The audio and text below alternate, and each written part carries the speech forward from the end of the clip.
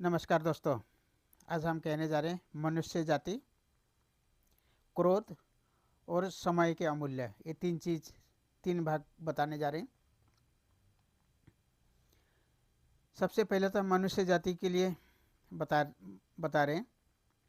मनुष्य जाति में दो पुरानी बुराइयां हैं। बुराइयां समझते होंगे आप लोग। मनुष्य जाति में दो पुरानी बुराइयां हैं।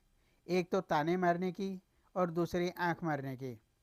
पुरुष अगर आंख मारना और महिलाएं ताने मारना बंद कर दें तो जीवन और समाज के आधे संघर्ष संघर्ष समझती है ना आप, आधे संघर्ष खत्म हो जाएगा। मतलब आधा परेशानी खत्म हो जाएगी। अस्त्र शस्त्र से अब तक जितने लोग नहीं मरे होंगे उससे भी ज़्यादा लोग अधिक अधिक ज़्यादा लोग ताने मारने के और आंख मारने से मर चुके होंगे। बस अपनी आंख और जुबान को संभाल लो, सब कुछ संभल जाएगा। सब कुछ अगर अपना आंख और जुबान संभाले सब कुछ संभल जाएगा।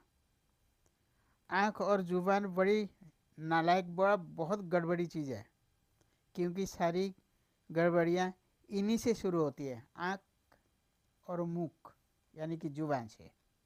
इन दो चीज़ों को संभालना बहुत ज़रूरी है। क्रोध यानी कि गुस्सा। लोगों के ऊपर गुस्सा क्यों आता है, कैसे आता है, क्रोध के ऊपर क्या क्या चीज़ है उसको भी बताते हैं। क्रोध का अपना एक बहुत ही पुराना खानदान है। क्रोध की एक लाडली बहन है जिसको कहते हैं जिद। समझते हो ना, जिद, हट करना कि मुझे और कुछ चाहिए तो मुझे चाहिए बस, या कुछ करना है तो मैंने करना ही करना है। वो है क्रोध की एक लाडली बहन, जिद। वो हमेशा क्रोध के साथ साथ ही रहती है, यानी गुस्से के साथ साथ जिद भी रहता है। क्रोध का पत्नी है हिंसा।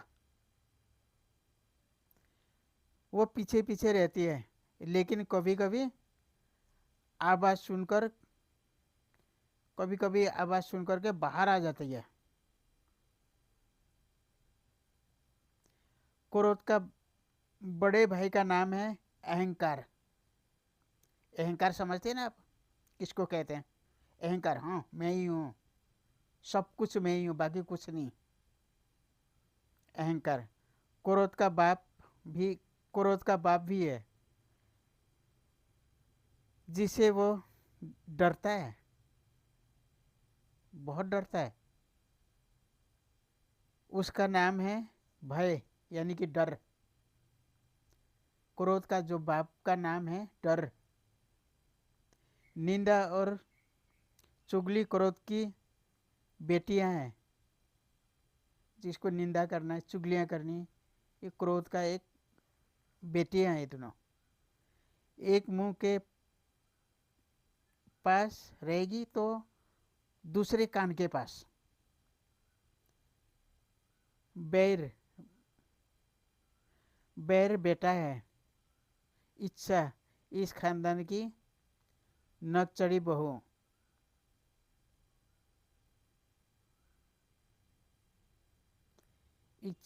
ईर्षा, नाक चढ़ी बहू।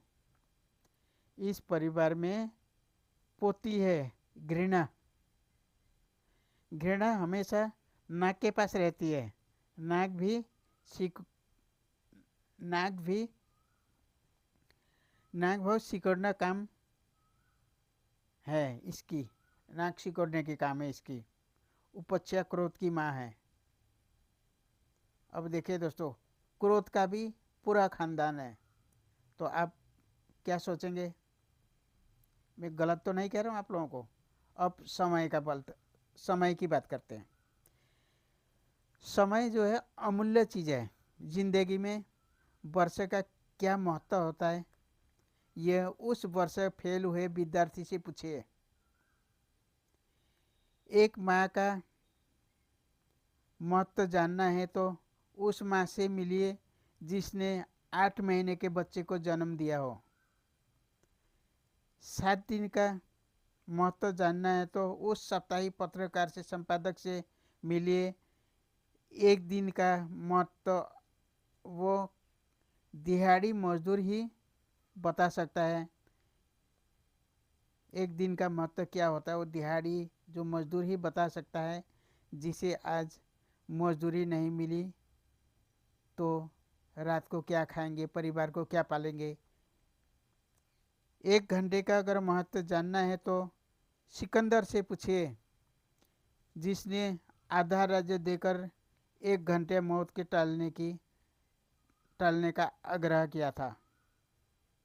1 मिनट का महत्व उस भाग्यशाली से पूछिए जो वर्ल्ड ट्रेड की सेंटर इमारत गिरने से ठीक एक एक मिनट पहले बाहर सुरक्षित निकला है, उसको पूछिए।